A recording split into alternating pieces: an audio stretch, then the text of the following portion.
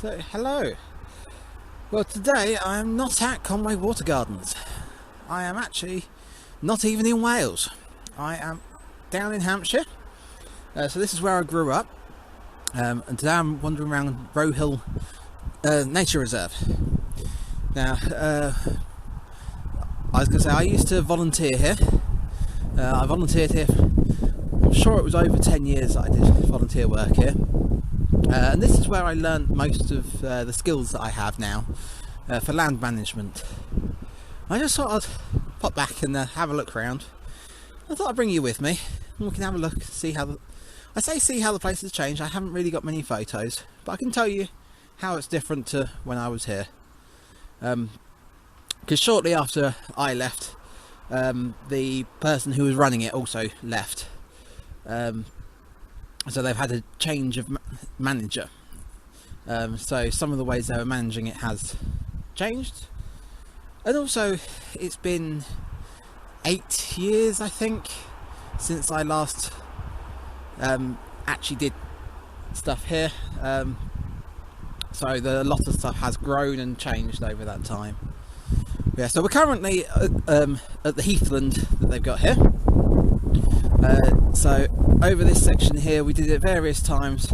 We'd come in, we'd take the bracken down through the summer to allow heathers and things to grow. And there's also gorse in here, which we took out to try and encourage the proper heather heathland varieties.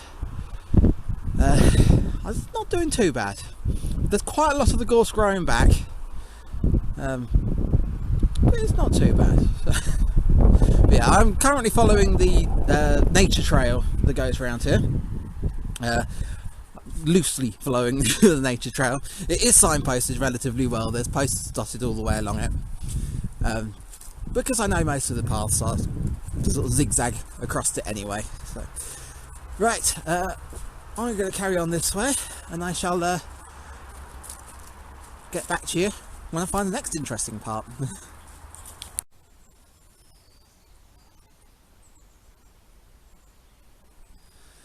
So this is a pine forest a little bit. This is just behind the heathland, so it's literally just the other side of the top of the hill here. Now what I'm trying to find is some way down this hill. Now I know there's a set of steps. I'm trying to remember, I think it's like 38 steps on it. It goes down this hillside somewhere. So we'll see if we can find those. Well, that's a shame. I think I found them.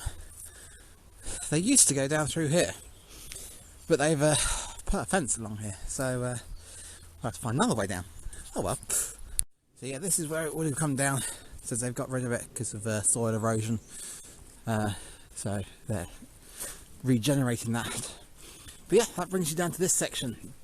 This is interesting because this hill here is a very sandy deposit, and the water filters through here and hits a layer of clay just below your feet here and seep down into this area to the side here. So this area is a boggy area. I remember once actually going in there, we were digging holes to encourage a particular type of water beetle, because you got little ponds created then. But while we were actually working in there, we'd all safely put our lunch bags underneath this big oak tree. So just gently decided to fall out over while we were there. That was a bit of an interesting day that time. But yeah, we'll head down here. I'm putting this in as well. Nice solid post and rail fence. So we used to try and use as much material from here as we could. So these were chestnut posts that we used wedges to split into the sections. They then used a chainsaw to cut the mortises out. So those posts there, probably about 6 foot, so a good 2 foot in the ground. But yeah, bring you down here.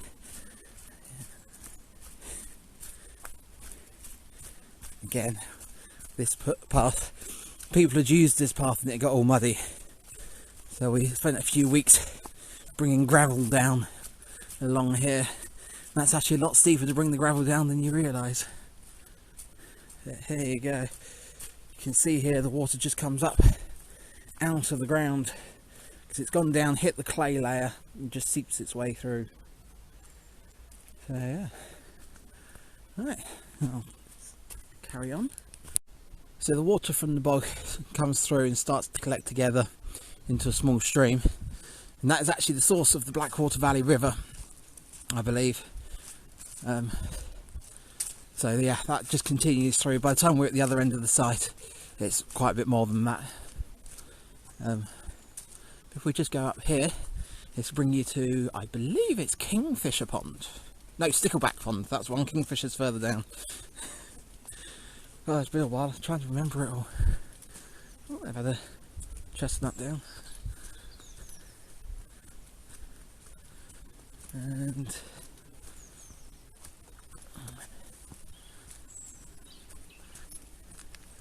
there we go, that's Stickleback Pond. Called Stickleback Pond because of the stickleback fish that were found in it.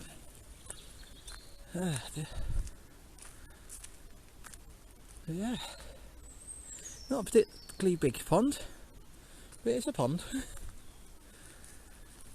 And along this way, I'm trying to remember if it's Centenary Path, but the path goes through this way. And this was one of the last projects I actually helped on, was constructing this path through here. So nothing was originally here, this was just woodland here. And we cut a path through.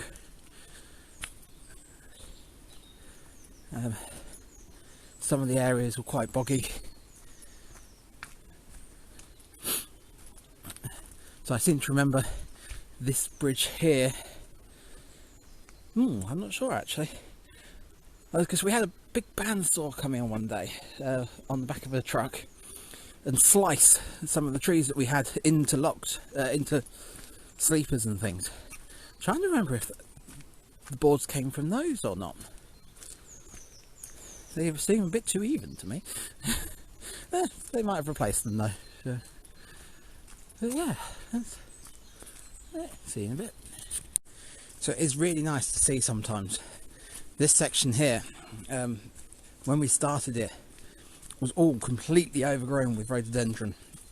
And we stripped all the rhododendron out because rhododendrons, the leaves are acidic, I believe, so they change the soil and stop other plants from growing. So this was all completely bare soil when we left it, and you can see all the reeds and things that have grown because again they were taking all the moisture out. So once they were gone, the area actually got quite boggy and it looked awful for ages, but that's really regenerated nicely. Because that's the thing, this is a nature reserve. It is all intended to change for the nature. But yeah, there's certain things that we left as well which were nice, like this. I believe they call it a phoenix tree. So the tree roots are all the way over there, and it fell over at some stage. But you can see it's got new growth. It's perfectly healthy. So as it wasn't interfering with the path, it was quite nice to have that still along there. And even the trunk that goes along, it's still alive, so it won't rot. So you've got a permanent bench there. There's a living bench. So brilliant. So this is one of the biggest parts of the of this path, was this bridge. And it's called Roy's Bridge. So it's Roy Champion. He was the guy who was running it when I was here. And yeah, he did 29 years working as effectively the manager of the site. And this was his last project to organise, was getting the centenary path in. I think it's a centenary, but it was certainly a landmark year for the reserve being here. So that's a nice steel construction with the wooden beams over the top.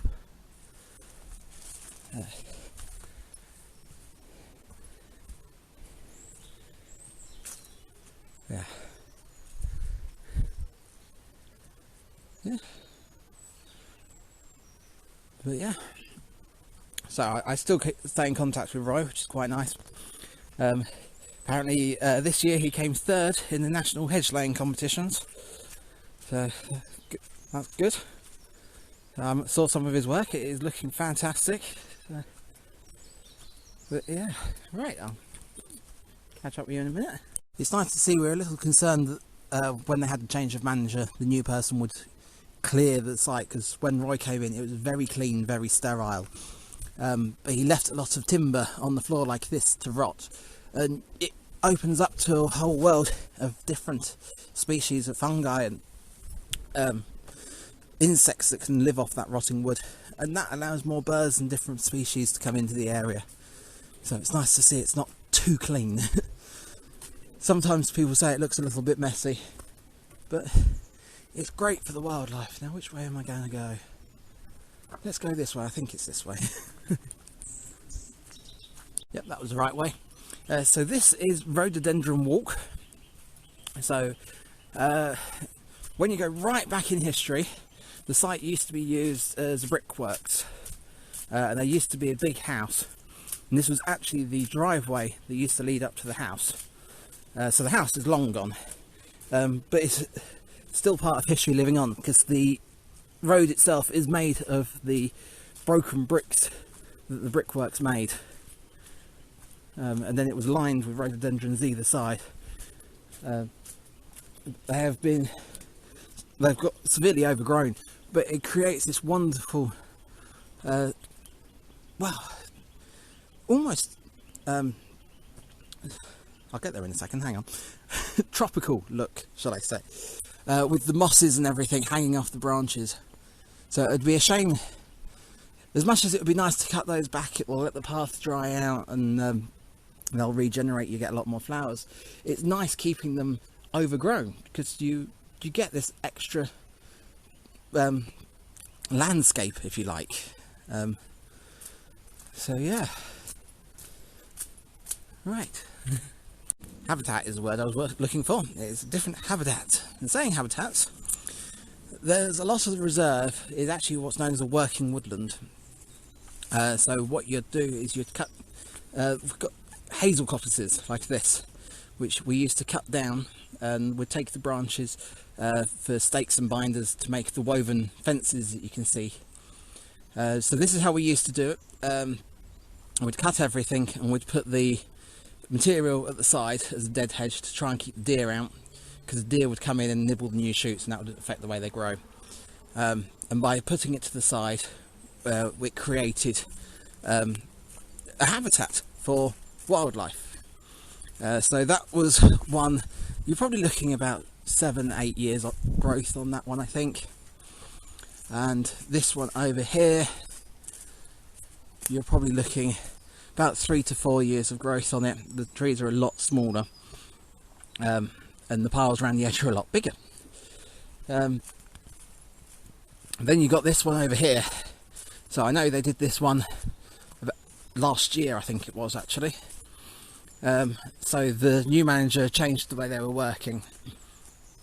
So they used, rather than doing a dead hedge at the side, they've started doing a woven hedge at the side here.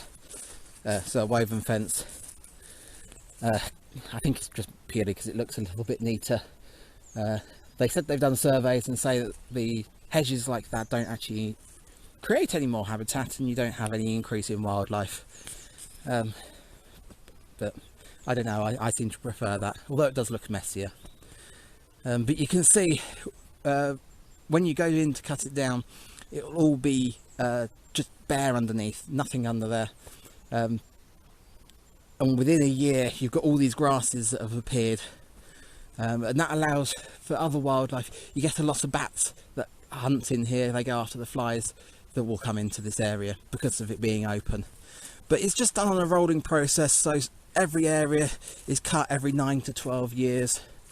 The material is taken, but you never killing the tree. Each time you cut the tree down, rather than putting one sprout back up, it'll put 2 up. So next year you cut it down, it'll put 4 up. And you just end up with this denser and denser mass at the base. And the tree just gets bigger and bigger. You'll also find if you don't cut the tree, it will get too big, because you're then growing 4 or 5 or 10 trees effectively on one root system. So you do need to continue cutting it. If you don't continue cutting it, you then end up with problems like we've had, where you've got all that weight at the top and one small root system at the bottom, and the trees can easily fall over. So a lot of people go, oh, you're killing all the trees, you shouldn't do this. It is perfectly fine for the trees to be doing this. And if anything, if you stop doing it, you're doing more damage to the trees. So yeah, right, carry on down this path. This should take us to the field. Okay, so this is the field. Now it's divided into 3 sections. So the section over here, they cut on a regular basis, have it as a playing area. So that'll cut through the summer, maybe every 2 weeks. This section here is only cut once a year. So they'll come in with what's known as a power scythe. They're basically like a hedge trimmer that goes along the grass level. And they'll cut all the grass off the top, rake it all off, take it to the side. And that allows things like the native flowers, wildflowers, to grow through. It's amazing what you can find in here. There's all sorts of things, orchids and wonderful wildflowers in the summer. So, and you've got this section over here as well. So this section over here is never cut. So it just gives the 3 different types of grassland areas you can have. Because this section is never cut, you do have a tendency for trees to grow. Unfortunately, the jays are brilliant at planting acorns. So when I was here, we used to regularly go in and we'd take out the trees. So it looks like there's a couple of sections that they're allowing to grow now. But with the grass being left, it actually created a thicker mat, and it was quite surprising because you got different types of grasses, and you didn't get any wildflowers on this section compared to that section over there. So yeah, it's always interesting to see the different habitats and what wildlife you get using them. So like I say, this section, when it was first taken over, because it used to be a brickworks, this is where the brickworks was, and it was all completely filled in, and it was just bare grass. So everything that's grown here on this field has naturally turned up. Nothing's been planted on here. So yeah, right, let's carry on. So I've just found this is another interesting way of doing it. So this is different to doing a dead hedge, slightly different. So what they've done is they put posts in either side and then built the material up in between, so it creates a much thinner fence. But this is clearly a coppice that they're working on. So this will be this year's, and I shall be terrible and sneak in here. I will say walking around here in trainers probably wasn't the best idea. There we go. And that's what we mean by binders. So thin, wispy trees that you can weave in between, and then you'd have posts, well, stakes, which are like those. They still need a bit of tidying up, and these will be hammered into the ground, and they'll be what you weave against. But like I say, it does look terrible when you clear an area like this, but it is brilliant for the wildlife, and it does regenerate. And it is it's only a small area. It's not like the big logging companies that come in with their big trucks and take out acres at a time. This is just a small section, and you can see the one next to it. This one was, again, this was cut down. You can see it all regenerating, all regrowing from there. Right, like I said, there is a nature trail that goes all the way around the site. I have been loosely following it, but I've just come from that way and I'm going that way. So I'm going completely the wrong direction. But if you do come, there is a trail that you can follow that brings you around the site quite nicely. Right, so I don't know if you can see up in the distance, the entire place is surrounded by houses, and we're actually incredibly close because just up there is actually the road, and that's walking between a couple of gardens, between a couple of houses to go that way. But I'm going to go this way because there should be another pond down here. There was 3 ponds in total. So one was stickleback, one was kingfisher, and I can't remember the third one. So I think this is kingfisher that we're coming to. But I know the third one was stopped being a pond and was being changed into a wet woodland, basically because it was silting up. You never know, I might find a map and yeah, it might stay on there. But yeah, I'll see you when you get to the pond. I found the pond here. So unlike Wales, the soil here is incredibly sandy. So they have a much more problem of things silting up, which I think is what's happened here, which is a shame. So this is a man-made pond, so you've got the concrete here. There's actually a bit of water coming through the bank as well, so it's not leaking slightly. But you can see that has silted up terribly. But yeah, so this is the second pond that I said about. The third one that was left to silt up is further down, and we'll see if we can find that. Yeah, it's been a while since I've been here. I'm getting a bit lost actually.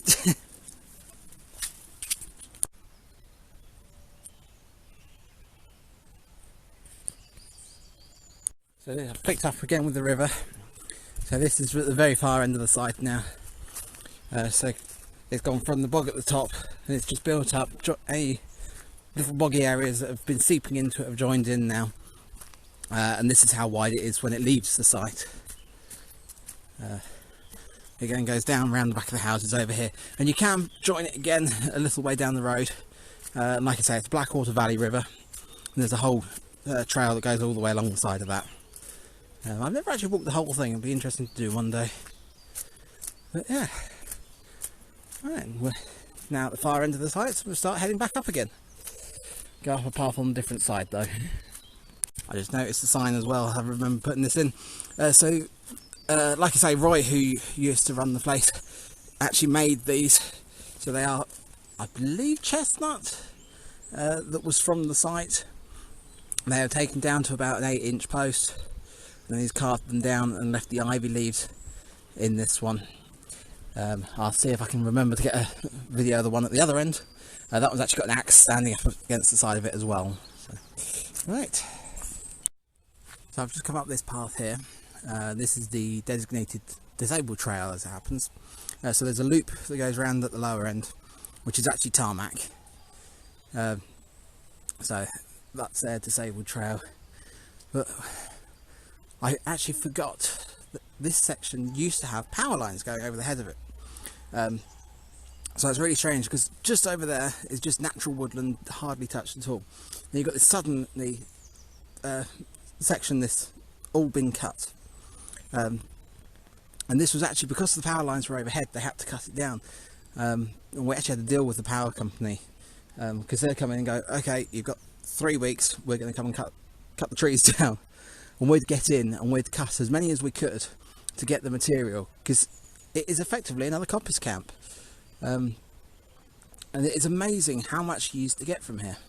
But now the power lines have been taken out. It'd be interesting to see if they continue with it as a coppice camp or allow it to regenerate back into natural woodland. Like I say, if they do just leave it to overgrow and go back to a natural woodland, the trees themselves might suffer because they have previously been cut. So all the coppice stalls that you can see at the moment would end up dying off, and you'd have new trees ending up growing through. So it'd be interesting to see what they do there. But yeah, I'll carry on down through this way. Like I said, I'm still going on the disabled trail here. So this does a loop up and back round somewhere. But like I say, I'll be turning off of this and heading on further up now. So this is a pond that I said about that was left to silt up. It was becoming a wet woodland. Now I'm going to be a little bit cheeky because this fence was put in to stop people, but everyone ignored it anyway, so I'm going to go around this way. So you can get a better view of what's going on in here. So as it silts up, you'll end up with a lot more reeds growing in here. There's a few trees in here that can actually cope with the water. But they say that boggy areas like this, can absorb almost as much carbon as planting trees, so that's good. But there used to be a set of stepping stones going across. They're all level with the end here all the way across. It was a bit of a shame. The council made us take them down because they went, oh yeah, we've got rules and regulations for having bridges and having culverts and oh, stepping stones. Oh no, we can't have stepping stones. What if somebody falls down the gap? So we had to take them down. So after taking the height of them down, even more people used them because they thought they were safer because they're nearer the water level. But you can see in the water, it drips down to a layer of concrete.